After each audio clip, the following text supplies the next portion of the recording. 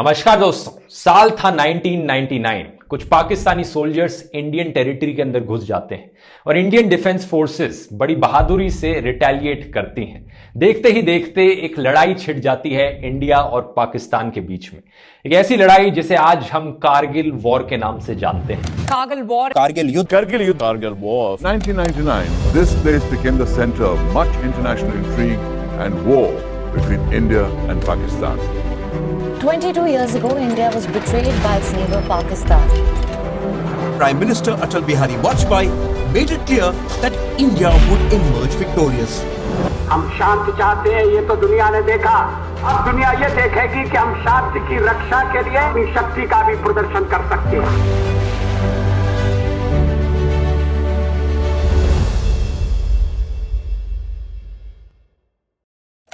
Kargil war के one of the most famous war heroes थे captain Vikram Batra.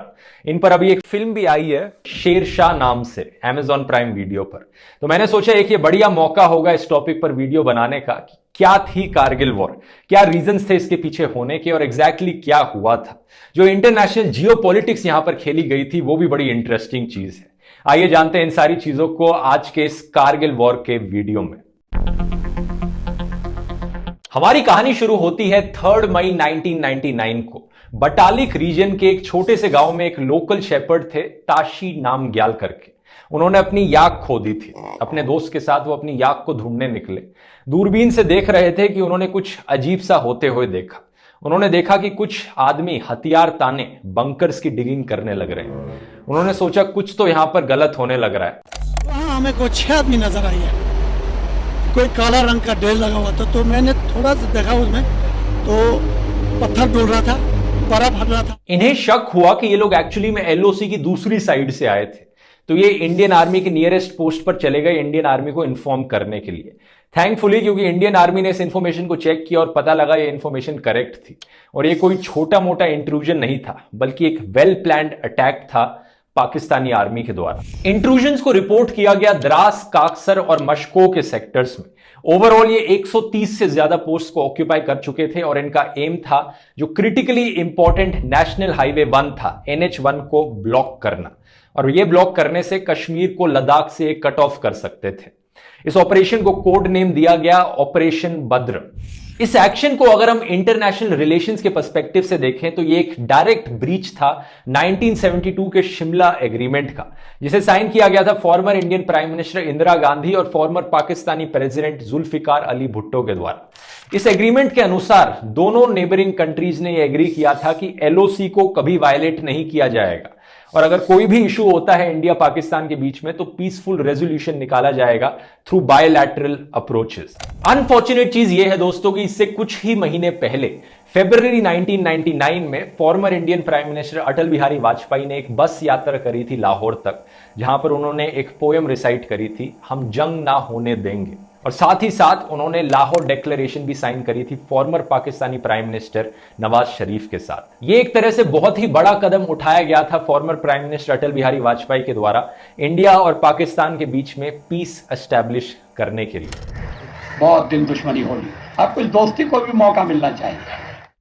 ऐसा होने के सिर्फ 3 महीने बाद ही जो इतने बड़े स्केल पर इंट्रूजन किया गया पाकिस्तानी सोल्जर्स के द्वारा, इससे यह साफ दिखता है कि कैसे पाकिस्तान में कोई ना कोई तो था जो ये पीस को रहने नहीं देना चाहता था। लेकिन एनीवेज इसके अगेंस्ट रिटेलिएट करने के लिए इंडियन आर्मी ने एक काउंटर अटैक लॉन्च किया जिसका कोड नाम दिया गया ऑपरेशन विजय।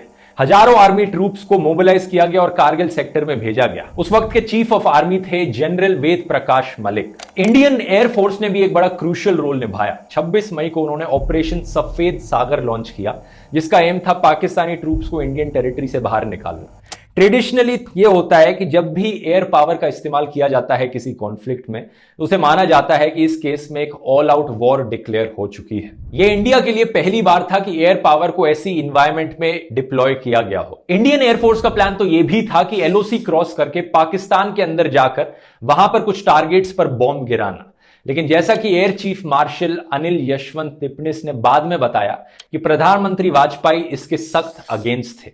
उन्होंने बड़ी फर्मली अपना ऑर्डर दिया था कि एलओसी को क्रॉस नहीं करना है और इसके पीछे एक बड़ा इंटरेस्टिंग डिप्लोमेटिक रीजन था। बात यह है दोस्तों कि जब भी कोई दो देश एक दूसरे के साथ जंग पर जाते हैं, अगर उस जंग को तीसरे पर्सपेक्टिव से देखा जाए तो बताना अक्सर बड़ा मुश्किल होता है कि कौन यहां पर सही है, कौन यहां पर गलत है, क्योंकि अक्सर दोनों साइड ने ही कुछ गलतियां करी होती हैं, दोनों साइड की तरफ से ही कुछ ना कुछ वायलेशंस हुई होती हैं। आप खुद का ही एग्जांपल लेकर देख लीजिए। हम एज इंडियंस जब इजराइल और पैलेस्टीन के बीच में जंग होते हुए देखते हैं या अजरबैजान और आर्मेनिया के बीच में जंग होते हुए देखते हैं, तो बड़ा मुश्किल है अपने लिए बताना कि कौन यहां पर सही है, कौन यहां पर गलत है, क्योंकि दोनों साइडों के पास अक्सर अच्छे आर्ग्यूमेंट्स होते हैं अपने आप को जस्टिफाई करने के लिए। ऐसे ही 1999 में जब कारगिल जंग हुई थी इंडिया और पाकिस्तान के बीच में, एक इंटरनेशनल पर्सपेक्टिव से बताना काफी मुश्किल था कि कौन यहां पर सही है, कौन यहां पर गलत है, किस देश पर यकीन किया जाए। इसके साथ साथ इंडिया ने काफी रिस्ट्रेन दिखाया, एलओसी क्रॉस नहीं करी, बाकी इंटरनेशनल पब्लिक को दिखाया कि कैसे ये तो एक डिफेंसिव वॉर है, पाकिस्तानी सोल्जर्स इंडियन टेरिटरी के अंदर घुस आए हैं, हम उन्हें बाहर निकालना चाह रहे हैं, हमें कोई इंटरेस्ट नहीं है एलओसी क्रॉस करके जाकर पाकिस्तान के अंदर बॉम्बिंग करने में, हम बस अपने देश को प्रोटेक्ट करना चाह रहे हैं। और यह करना दोस्तों इंडिया के लिए एक मेजर डिप्लोमैटिक विक्ट्री थी। अगले कुछ हफ्तों में जो बाकी देश थे, European Union, Asian Regional Forum, United States, G8 countries, इन सारी कंट्रीज ने इंडिया को सपोर्ट किया इस कारगिल वॉर में। उस वक्त के यूएस प्रेसिडेंट बिल क्लिंटन ने प्रेशर बनाया नवाज शरीफ के ऊपर कि पाकिस्तान अपने सोल्जर्स को वापस ले ले। अब पूरी दुनिया को दिख रहा था कि इंडिया यहां पर सही था, पाकिस्तान गलत था। लेकिन अगर ग्राउंड सिचुएशन की बात करें तो पाकिस्तान ट्रूप्स को एक एडवांटेज मिली हुई थी। Taking advantage of the geography of the region, which in many instances favored them, Pakistan Army regulars, accompanied by fully armed and well-trained militants, sneaked into Indian territory. इस जंग में पाकिस्तानी सोल्जर्स एक advantageous position पर थे क्योंकि वो पहाड़ों के ऊपर थे। साथ ही साथ ये जो रीजन था यहां बहुत ठंड पड़ती थी। द्रास का जो रीजन है वो पूरे इंडिया में कोल्डेस्ट इनहैबिटेड रीजन माना जाता है। यहां पर अक्सर टेम्परेचर्स -40 डिग्रीज तक चले जाते हैं, तो सोल्जर्स के लिए इन कंडीशंस में फाइट करना बहुत बहुत मुश्किल था। लेकिन इंडियन आर्मी में एक पॉपुलर सेइंग है, when the going gets tough the tough gets going. Kargil की जंग में द बैटल ऑफ टोलोलिंग को टर्निंग पॉइंट माना जाता है, जब लड़ाई का रुख बदला। टोलोलिंग पहाड़ी को रिकैप्चर करना इंडियन फोर्सेस के लिए काफी मुश्किल टास्क था। 16,000 फीट की हाइट थी, टेम्परेचर -5 से लेकर -11 डिग्रीज के बीच में था। ऊपर से ब्लैंकेट फायरिंग होने लग रही थी क्योंकि पहाड़ी के टॉप पर दुश्मन बैठे थे, और इसी रीजन से मूवमेंट करना इंडियन सोल्जर्स के लिए, उस पहाड़ी पर चढ़ने की कोशिश करना सिर्फ खराब वेदर में और मूनलेस नाइट्स में ही पॉसिबल हो पाता था, जिन रातों को चांद बाहर नहीं निकल के आता था, ताकि रोशनी बहुत कम हो और अगर वो मूवमेंट कर रहे हो तो दुश्मन को दिखे ना। कैप्टन अजीत सिंह उन ऑफिसर्स में से थे जिन्होंने ये अटेम्प्ट किया।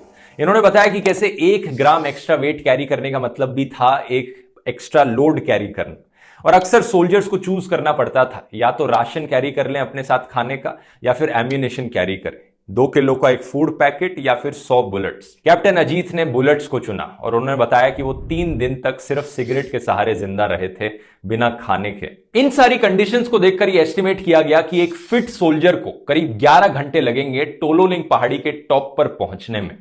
मेजर राजेश अधिकारी ने एक कंपनी को लीड किया जिन्होंने कोशिश करी पहाड़ी पर चढ़ाई करने की, और काफी हद तक इनकी कंपनी सक्सेसफुल रही। लेकिन जब ये टॉप से करीब 15 मीटर दूर थे, इंट्रूडर्स ने इन्हें देख लिया और फायरिंग स्टार्ट कर दी। मेजर अधिकारी और इनके साथ 2 और सोल्जर्स शहीद हो गए हैंड टू हैंड कॉम्बैट में। दुश्मन की तरफ से भारी फायरिंग के कारण इनकी बाकी कंपनी को रिट्रीट करना पड़ा, और बड़े पत्थरों के पीछे उनकी कंपनी ने 3 अलग अलग पोजीशंस ले ली। लेकिन ये बचे हुए सोल्जर्स जैसे ही पत्थरों से थोड़ा साइड होने की कोशिश करते, ऊपर से फायरिंग चालू हो जाती, तो ये बीच में अटक गए। 15,000 फीट बेस से ऊपर और करीब 1,000 फीट टॉप से नीचे, बीच में ही अटक गए सोल्जर्स। हालत काफी खराब थी क्योंकि इनके पास अब ग्रेनेड्स भी नहीं बचे थे। टोलोलिंग हिल को रिकैप्चर करना इंडियन आर्मी ने अपनी करंट प्रायोरिटी बनाई। कर्नल रविंद्र नाथ ने हैंड पिक किया 90 सोल्जर्स को कि वो जाकर उन बीच में फंसे हुए सोल्जर्स की मदद करेंगे और इस हिल को रिकैप्चर करेंगे। बटालियन में मौजूद कई वॉशरमैन, कॉबलर्स और बार्बर्स भी इन सोल्जर्स की मदद कर रहे थे क्योंकि इतनी हैवी एम्यूनेशन को पहाड़ी तक ऊपर लेकर जाना था। तो फिजिकल स्ट्रेंथ की जरूरत थी और ज्यादा लोगों की जरूरत थी। 12 जून को ये सक्सेसफुल हुए अपने बीच में फंसे हुए सोल्जर्स तक पहुंचने में, करीब 8 बजे के अराउंड। दुश्मन से सिर्फ 1000 फीट दूर कर्नल रविंद्रनाथ ने एक फाइनल पेप टॉक दी अपने सोल्जर्स को। I have given you what you wanted. Now you have to give me what I want. 4 घंटे तक हैवी फायरिंग चली, 10,000 से ज्यादा शेल्स और 120 से ज्यादा आर्टिलरी गन्स की फायरिंग हुई। यहां इतनी गोलीबारी हुई कि बाद में इस रिज लाइन को नाम दिया गया बर्बाद बंकर। प्लान यह था कि सोल्जर्स को 3 टीम्स में डिवाइड किया जाएगा, अर्जुन, भीम और अभिमन्यु। पहली टीम फ्रंटल अटैक लीड करेगी, दूसरी टीम पीछे से जाएगी दूसरी साइड से क्लिफ की एक लोअर रिज पर, और तीसरी टीम कवर फायर देगी।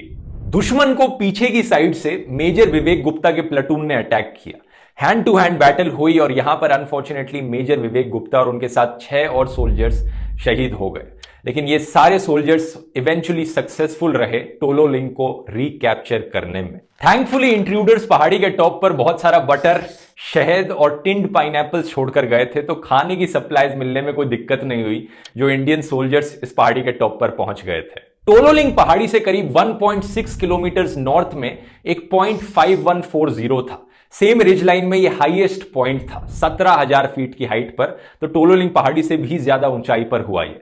और टोलो लिंक और पॉइंट 5140 के बीच में 10 हाई ग्राउंड्स थे जिन्हें हम्स कहा जाता था, हम्प 1 से लेकर हम्प 10 तक। इन सारे हम्स को आसानी से कैप्चर कर लिया गया इंडियन आर्मी के द्वारा, और इसके बाद इंडियन आर्मी पहुंची पॉइंट 5140 के बेस पर, जिसे रॉकी नॉब कहा जाता है। पॉइंट 5140 को कैप्चर करने का टास्क असाइन किया गया लेफ्टिनेंट कर्नल योगेश कुमार जोशी को।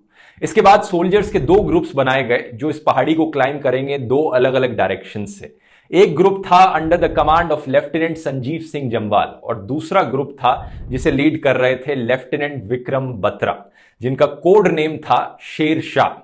इसी रीजन से दोस्तों जो मूवी आ रही है अभी Amazon प्राइम वीडियो पर उसका नाम दिया गया है शेर शाह। दोनों लेफ्टिनेंट से कहा गया कि वो अपना सक्सेस सिग्नल चूज करें। जब वो सक्सेसफुल हो जाएंगे अपने मिशन में तो क्या सिग्नल देंगे वो बाकियों को। तो लेफ्टिनेंट संजीव ने सिग्नल चूज किया ओ या, और लेफ्टिनेंट विक्रम बत्रा ने सिग्नल चूज किया ये दिल मांगे मोर। Bravo company's success signal वो आया and which was passed to our CEO Colonel Joshi on the radio set. After the another bunker was captured, my company's success signal was ye dil mange more. The guys were so highly charged up that they're wanting that some more bunkers should have been there and we would have got the more chaps. 20 जून के early hours में दोनों groups ने अपनी चढ़ाई शुरू करी और दोनों ग्रुप्स सक्सेसफुल रहे। कोई भी कैजुअलिटीज नहीं हुई और दोनों ने अपने सक्सेस सिग्नल्स दिए कमांड पोस्ट को। लेफ्टिनेंट विक्रम बत्रा को प्रमोट कर दिया गया सक्सेसफुल मिशन की वजह से कैप्टन की रैंक पर। उन्होंने अपने फादर को कॉल करी और बताया डैडी आई हैव कैप्चर्ड। इसी पॉइंट को कैप्चर करने पर इंडिया को अपनी डिप्लोमैटिक विक्ट्री भी मिली, क्योंकि ये वही पॉइंट था जहां पर पाकिस्तान के कई डॉक्यूमेंट्स को रिकवर किया गया। What you heard right behind you was the sound of Bofors guns directly targeting the top of Tiger Hills, the prelude to the final assault. एक और मेजर पॉइंट था टाइगर हिल करके। टाइगर हिल की एक side 1000 feet की high vertical Cliff थी और Indian army ने डिसाइड किया कि हम दुश्मन को सरप्राइज करेंगे इसी साइड से पहाड़ी को चढ़कर। कैसे? माउंटेनियरिंग इक्विपमेंट का इस्तेमाल करके। तो 3 और 4 जुलाई की रात के बीच 22 बहादुर सोल्जर्स के एक ग्रुप ने इस मिशन को अंडरटेक किया। इनमें से एक सोल्जर थे 19 साल के ग्रेनेडियर योगेंद्र सिंह यादव, जिन्होंने वॉलंटियर किया था ये मिशन करने के लिए। इस 1000 फीट की वर्टिकल क्लिफ के ये सिर्फ आधे हिस्से तक ही पहुंचे थे कि दुश्मन को इनके बारे में पता चल गया और ऊपर से मशीन गन की फायरिंग और रॉकेट्स तक बरसाए गए इन पर। प्लेटून कमांडर और 2 और लोग शहीद हो गए इस फायरिंग में, लेकिन ग्रेनेडियर योगेंद्र सिंह अपनी चढ़ाई कंटिन्यू करते रहे इस फायरिंग के बावजूद। 940 फीट तक ये क्लाइंब कर गए। सिर्फ 60 फीट दूर थे ये टॉप से कि इनके ऊपर 3 बुलेट्स आई, इनके पैरों में और शोल्डर्स में। लेकिन 3 गोलियां लगने के बाद भी इन्होंने अपनी चढ़ाई जारी रखी और ये ऊपर टॉप तक पहुंचे, ग्रेनेड फेंका और 4 दुश्मनों को मार गिराया। इन्होंने अपने सोल्जर्स के साथ मिलकर एक दूसरे बंकर पर भी अटैक किया और इनके प्लेटून के जो बाकी और सोल्जर्स थे वो इनकी बहादुरी को देखकर इतना मोटिवेट हो गए कि वो भी ऊपर तक चढ़कर गए और हमला बोल दिया टाइगर हिल पर, और ये मिशन सक्सेसफुल रहा। इस पूरे मिशन में शायद सबसे चौंका देने वाली बात तो यह है कि इतनी गोलियां लगने के बावजूद भी ग्रेनेडियर योगेंद्र सिंह यादव सरवाइव कर गए। इन्हें हॉस्पिटल में एडमिट किया गया और बाद में इन्हें ऑनररी लेफ्टिनेंट का टाइटल भी दिया गया। हमारा और दुश्मनों का आमने सामने हमारा फाइटिंग हुआ उस समय हमारे केवल दिमाग के अंदर यही था, अपनी पलटन की इज्जत, अपने देश का जो सम्मान है उसको बढ़ाना है। ऋतिक रोशन की लक्ष्य मूवी याद है आपको? उस मूवी के एंड में जो वर्टिकल क्लिफ पर क्लाइंबिंग करते हैं और जो पहाड़ी को कैप्चर करते हैं, वो योगेंद्र सिंह यादव की कहानी से ही इंस्पायर्ड है। दूसरी तरफ और मिशंस चल रहे थे बचे कुचे हिल टॉप्स को भी रिकैप्चर करने के। इनमें से एक था 0.4875 की पहाड़ी को कैप्चर करना। इस मिशन के लिए भी कैप्टन विक्रम बत्रा को असाइन किया गया। इस टाइम इनके साथ इनके बैटल कंपेनियन थे कैप्टन अनुज नायर। 8 जुलाई की सुबह को इनका मिशन सक्सेसफुल रहा, इन्होंने इस पीक को कैप्चर कर लिया। मिशन ऑलमोस्ट खत्म हो चुका था। कैप्टन विक्रम बत्रा अपने बंकर से बाहर निकले एक लेफ्टिनेंट को रेस्क्यू करने के लिए, जो अपने पैर गंवा चुका था एक एक्सप्लोजन की वजह से। जैसे ही अपने लेफ्टिनेंट की मदद करने के लिए बाहर निकले, दुश्मन जो पीछे हट रहा था, उन्होंने एक गोली चला दी जो इनके सीधा जाकर चेस्ट में लगी और अनफॉर्चुनेटली ये शहीद हो गए। इंडिया ने 0.4875 तो जरूर जीत लिया, लेकिन 2 हीरोज कैप्टन विक्रम बत्रा और कैप्टन अनुज नायर को खोना पड़ा। आज के दिन इस पॉइंट को जाना जाता है बत्रा टॉप नाम से। द बैटल एट 0.4875 कारगिल जंग में एक मेजर लैंडमार्क था, जिसने इंडिया की जीत को ऑलमोस्ट सील कर दिया था। इसके सिर्फ 2 दिन बाद 11 जुलाई को पाकिस्तान आर्मी ने विड्रॉ करना शुरू कर दिया था और इंडिया ने बाकी जो मेजर पॉइंट्स थे बटालिक में, उन्हें भी कैप्चर कर लिया था। 14 जुलाई को प्रधानमंत्री वाजपेयी ऑपरेशन विजय को एक सक्सेस डिक्लेयर करते हैं और 26 जुलाई को कारगिल की जंग ऑफिशियली खत्म हो जाती है, जब इंडियन आर्मी अनाउंस करती है कि सारे इंट्रूडर्स को कंप्लीटली एविक्ट किया जा चुका है इंडियन टेरिटरी से। आज के दिन, इस 26 जुलाई के दिन को कारगिल विजय दिवस करके मनाया जाता है। इसके सिर्फ कुछ ही महीने बाद अक्टूबर 1999 में पाकिस्तान में एक ब्लडलेस कू होता है, जहां पर नवाज शरीफ को डिटेन कर लिया जाता है और पाकिस्तान के army general Parvez Musharraf constitution को सस्पेंड कर देते हैं, देश में एक इमरजेंसी डिक्लेयर कर देते हैं और देश को टेक ओवर कर लेते हैं। तो पाकिस्तान की जो इंटरनल पॉलिटिक्स थी यहां पर क्लियरली सामने आ जाती है। बाद में पता चलता है कि परवेज मुशर्रफ एक्चुअली में चीफ स्ट्रैटेजिस्ट थे इस कारगिल के प्लान के। ये इन्हीं का ही आइडिया था कि इंडिया के अंदर इंट्रूड करना इस तरह से कश्मीरी मिलिटेंट्स के फेज में और ये सब करना, जो भी इंडिया पाकिस्तान के बीच में पीस टॉक्स हो रही थी, उन्हें पूरी तरह से खत्म कर दे। दूसरी तरफ नवाज शरीफ कहते हैं कि उन्हें कोई आइडिया तक नहीं था कि पाकिस्तानी आर्मी ने ये पूरा कारगिल का प्लान रचा था। 2019 में परवेज मुशर्रफ को एक डेथ सेंटेंस दिया जाता है पाकिस्तान के एक कोर्ट के द्वारा, ट्रीजन के चार्जेस पर, अपने देश के अगेंस्ट जाने के चार्जेस पर। हालांकि बाद में लाहौर हाई कोर्ट इसे ओवरटर्न कर देता है। दूसरी तरफ इंडिया में इंडिया का हाईएस्ट गैलेंट्री मेडल, जो कि है परमवीर चक्र, ये अवार्ड किया जाता है 4 सोल्जर्स को, captain Vikram Batra, lieutenant Manoj Kumar Pandey, rifleman Sanjay Kumar और ग्रेनेडियर योगेंद्र सिंह यादव को। ओवरऑल एस्टिमेट किया जाता है कि करीब 527 इंडियन सोल्जर्स शहीद हुए कारगिल की जंग में और करीब 1300 इंजर्ड हुए। एक और अनफॉर्चुनेट चीज ये हुई कि पीएम वाजपेयी की तरफ से जो भी कोशिश करी जा रही थी इंडिया पाकिस्तान के बीच में शांति बनाने की, पीस बनाने की, उस कोशिश पर पानी फिर गया। उम्मीद करता हूं दोस्तों ये वीडियो आपको हमेशा की तरह इन्फॉर्मेटिव लगा होगा। पसंद आया वीडियो को शेयर कीजिए, नीचे कमेंट्स में लिखकर बताइए और ऐसे कौन से हिस्टोरिकल इवेंट पर आप वीडियोस देखना चाहेंगे। मिलते हैं फिर अगले वीडियो में। बहुत बहुत धन्यवाद।